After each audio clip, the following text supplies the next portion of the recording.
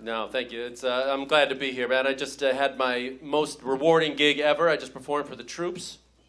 And thank you. Yes.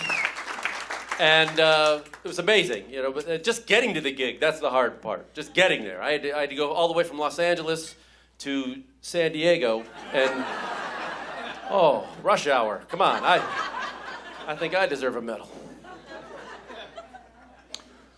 And they were great. They were amazing, and you forget how young they are. They're just kids, and they're so enthusiastic. They wanted to pay me. I wouldn't take it, and I did leave with some cookies though.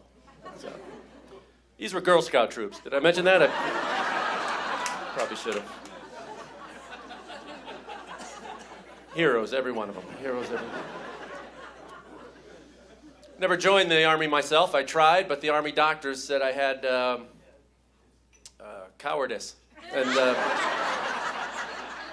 apparently that's not what they're looking for in the Army.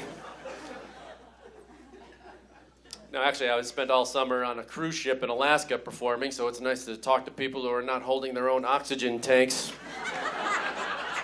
Holy balls are these old people. Oh, my God. I'm not saying these people were old, but one of the excursions was burial at sea. That's how...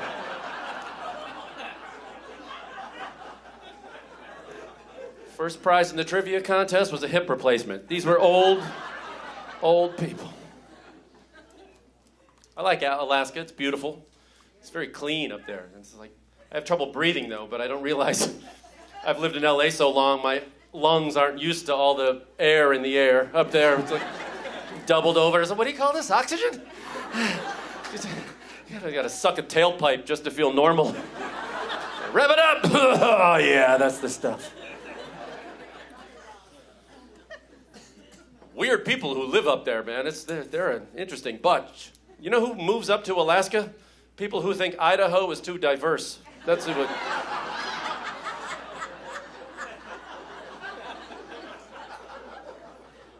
Before I went to Alaska, I was in Mexico for a while. Then I had 3 days off in between ships. I went to Mexico City to just see it on my own, and it was great.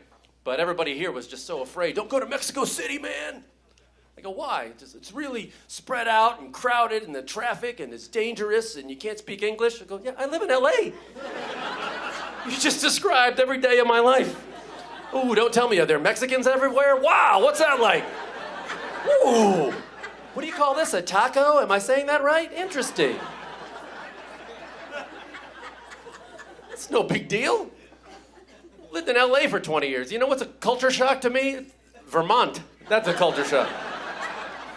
Alabama, just some white people walking around speaking English and pouring ranch dressing all over everything. What the hell am I? I was in Canada all summer. They're great, man. I love the Canadians.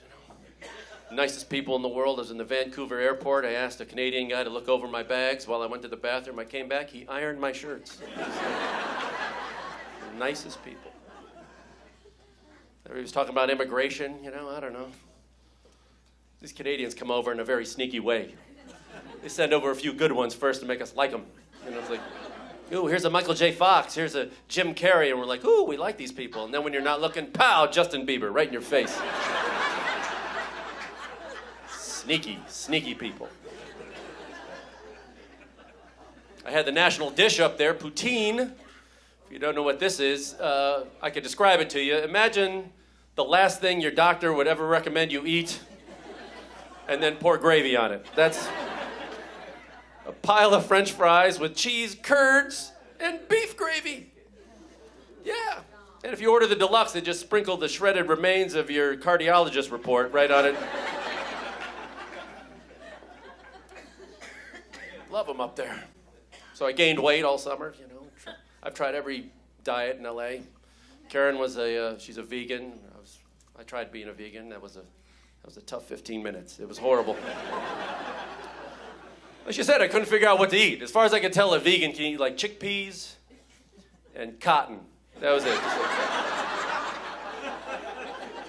Just have some hummus and wash it down with a tube sock or something.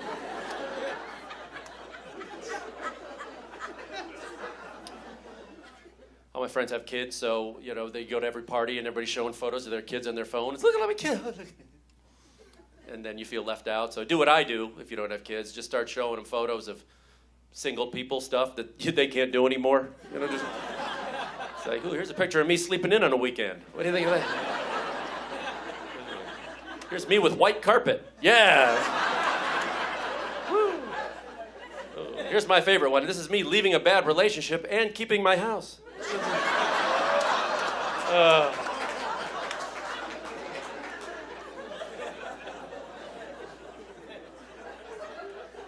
So, yeah. It's not easy. Need money to date, though. I have everybody's broke in Hollywood, but nobody acts broke. I get friends who are broke snobs. You know people like that? They have no money, but they turn their nose up at free stuff like they're too good for it. Got a friend like that, drives me nuts. I go, hey, man, I got us free tickets for that concert you wanted to see. Free tickets! He's like, yeah? Where are the seats? Where are the seats? Well, apparently they're in the ungrateful bastard section. Where are the seats? They're 30 miles closer to the stage than your house. That's all you need to know.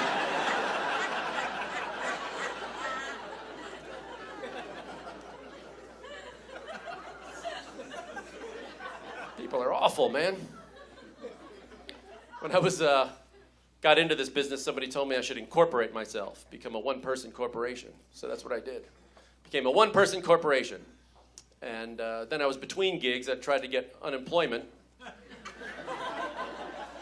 And they told me to get unemployment, I was going to have to fire myself. I never fired anyone or been fired. Now I got to do both. I didn't want to do it. But then I took a second look at my financial performance from last year, and I think I had it coming. Turns out I was the weak link in my corporation.